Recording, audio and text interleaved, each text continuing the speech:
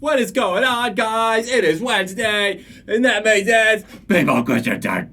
Today on Paintball Question Time, my thoughts on the Planet Eclipse mechanical gtek, also known as the Metic, how terrible teams can get better at paintball, and elbow pad suggestion. Mikaël Provencher, I think that's right. Sorry if it's not. What is your opinion on the Gmek? The Gmek, not the Gmek, I don't know. What form do you think it should take and at what price? Let's explain what the Gmek is first. Last week, Jarrod showed off a mechanical version of the Planet Eclipse gtek, the very popular, I got one right here, that thing right there. I talked about this yesterday in a video. Yeah, so they showed off a mechanical version, a single trigger mechanical version. It was pretty cool. I'll show a video really quick. Hopefully they don't get upset at me showing it, but we're doing it anyway. It's got no consoles, got no push buttons, got no batteries, no power switches, no display. It's a mechanical gtek. So no circuitry, nothing. No bordering. It's a slide trigger, mechanical. This is obviously a prototype. Yeah. A full production one would have probably a removable trigger shoe, which would have to have a safety catch. There's no. Right.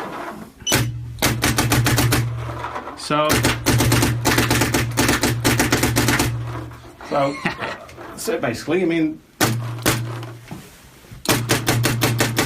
So it literally is a gtek with a mech trigger on. That is it. So obviously it's got the eye covers on, but there's no eyes under there, just the detent, so the covers are there. So I think it's pretty cool. I mean, so many people like the enemy because it's mechanical and shoots like some of these higher end spool valve guns.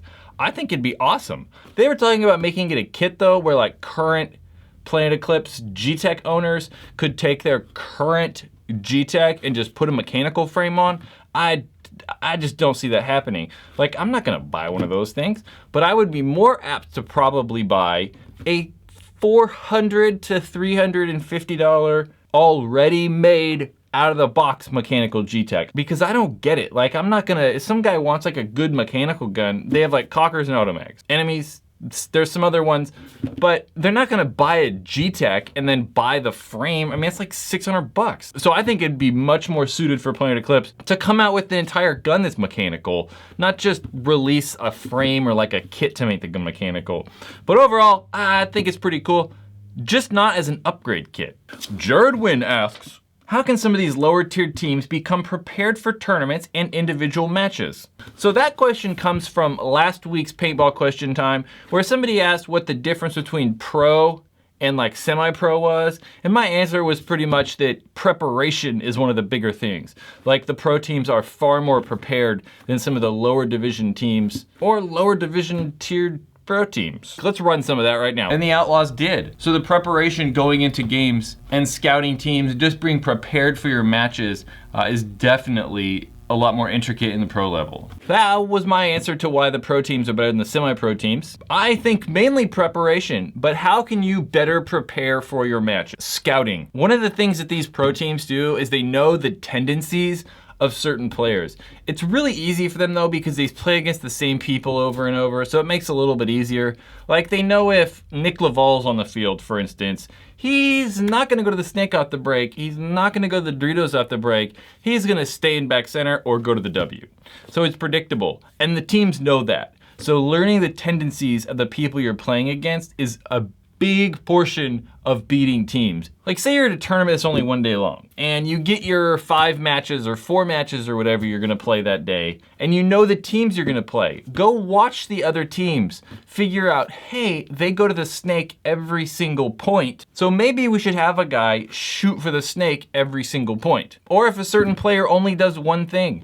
If you're like, hey, every time they go to this bunker, they only look right. Right? So they're just gonna shoot across the field the whole time. So that if there's a guy in that bunker and you're over here, know that he's not gonna probably shoot at you because he's gonna be shooting that way the whole time. So just knowing the tendencies of the players you play against and the patterns that these teams do. Because most of the teams have patterns. They have like set breakouts that they continually do. They're not gonna play 40 points the whole tournament and do 40 different breakouts. They're gonna probably stick with something that works or maybe try different things if they don't work, but they're still gonna have patterns. There's still guys that only play snake side, and only play Dorito side, and only play in the center. So in general, scout teams know the tendencies of the whole team and then the tendencies of individual players. Jeff Pohl asked, I can't decide what elbow pads to get. Do you have any suggestions? Oh, Jeff, I do.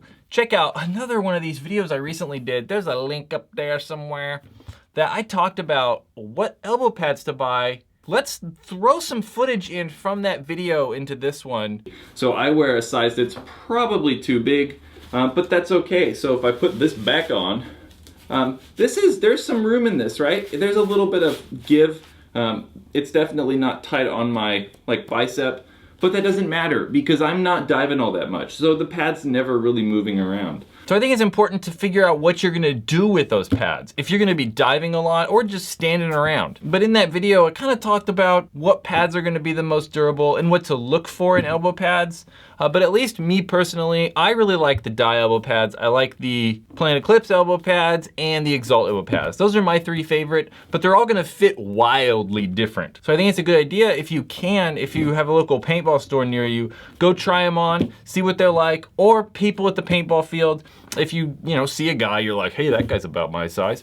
Ask him what size elbow pads you wear, because you get large in Dye ones, large in Exalt, or the Eclipse ones, they're all gonna fit different. So try them on before you go use them.